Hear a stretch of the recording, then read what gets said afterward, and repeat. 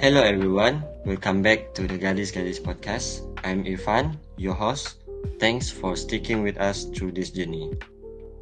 In our previous episodes, we have unpacked how Grab started, scale up, and use technology to build an ecosystem across Southeast Asia. Today, in our final episode of challenges, competition, and future strategy, we are going to look at the bumps on the road. Joining me are CHAIREEN, who used to work on strategy at Grab, YUMI, a tech analyst with deep insight into a region, and Jihan, who brings a forward-thinking perspective on policy and innovation. Let's get into it. CHAIREEN, let's start with you. From someone who was inside the company, what were some of the real challenges as Grab expanded?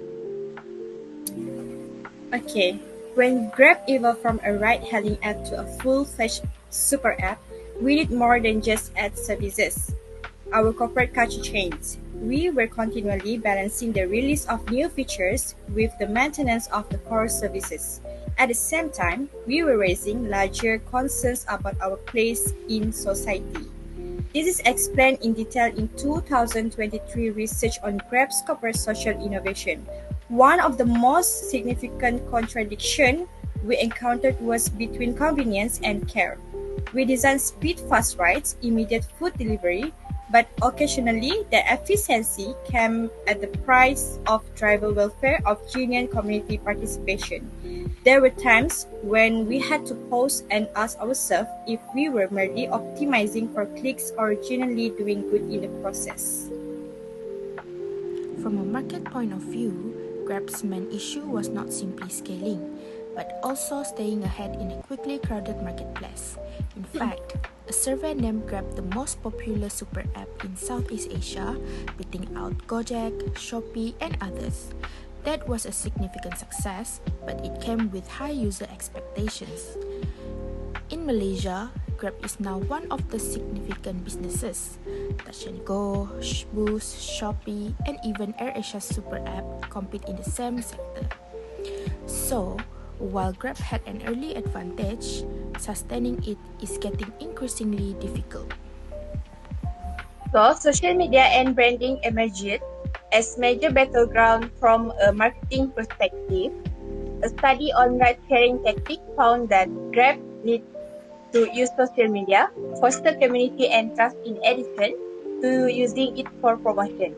And by developing driver narratives, safety campaigns, and real-time ride updates on social media sites like Facebook and Instagram, they pioneered the shift from a transactional to a social narrative. Let's talk about the big picture. Grab's super app strategy, was it effective? Yes, in certain ways, but there were trade-offs. Another major contradiction we encountered was between profit and responsibility. We implemented aggressive driver incentives and pricing initiatives to increase demand. However, this occasionally resulted in drivers spending more time online than was healthy. Internally, we frequently question if our goals of growth, convenience, and social responsibility could truly happen, or if they were beginning to call it. Overall, I believe Grab's expansion strategy was excellent at gaining early traction.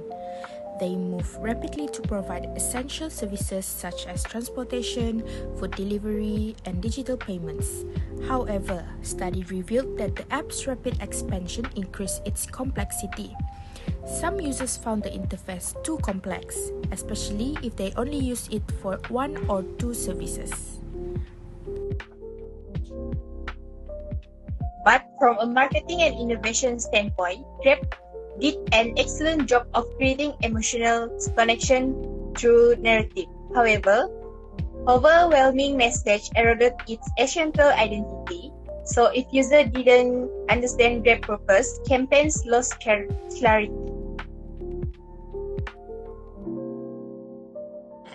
So, the strategy worked to get attention and scale, but now it's about refining and sustaining.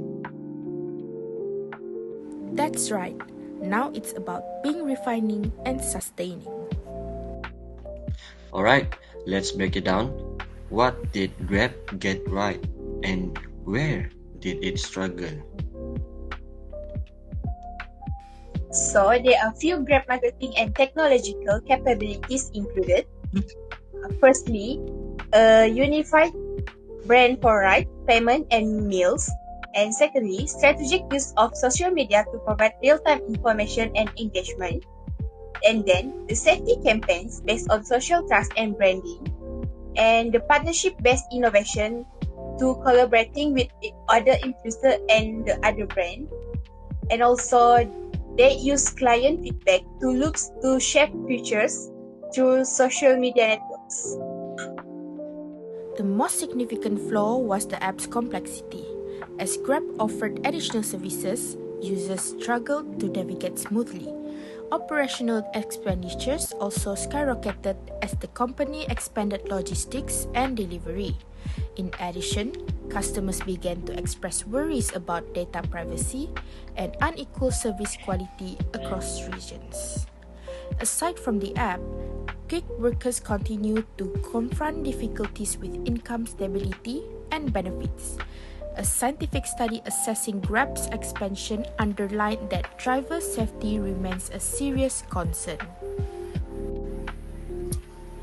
That was the third major issue we encountered: implementing social innovation inside a profit-driven strategy.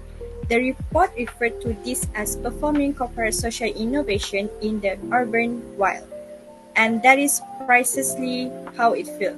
We have to create social value inside a system that was not always designed for it. This has been such a rich discussion. Let's talk about takeaways. What can we learn from Grab's journey?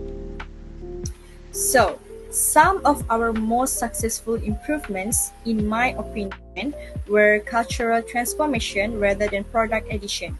We began prioritizing driver training, small business assistance, and community relationship. I believe that future strategies should focus on perfecting what we now have rather than adding more for the sake of size. For me, more services do not automatically equate to a better overall experience. Users prefer simplicity. Second, it is critical to create user trust, particularly in the areas of data and payments. Furthermore, there are still significant potential. According to a study, Grab could grow to underserved rural areas in Malaysia by introducing electric vehicles. That kind of innovation could help them stand out in the next stage of growth. But nowadays, we know that marketing must represent a unified, that consistent brand goals. And Grab can position itself as a platform that combines convenience, trust, and social good rather than marketing each service alone. It should use social media to increase engagement and loyalty. So, to wrap it all up, Grab's transformation into a super app is one of Southeast Asia's biggest digital success stories. But growth brought challenges, complex system, fierce competition, and new responsibilities. Key lessons: scale doesn't fix everything, sustainability matters. Localization is a strength, but it adds pressure. Technology strategy must grow with the business. And being a platform means more than offering services. It means being accountable. Thanks to CHAIREEN, YUMI, and Jihan for sharing such sharp insights. That's a wrap on the Gadis podcast. We hope you have enjoyed this journey through Grab's evolution, and more importantly, that it's given you a clearer view of how digital strategy plays out in the real world. This marks the end of our series. Thanks for tuning in, and goodbye from all of us at the Gadis podcast.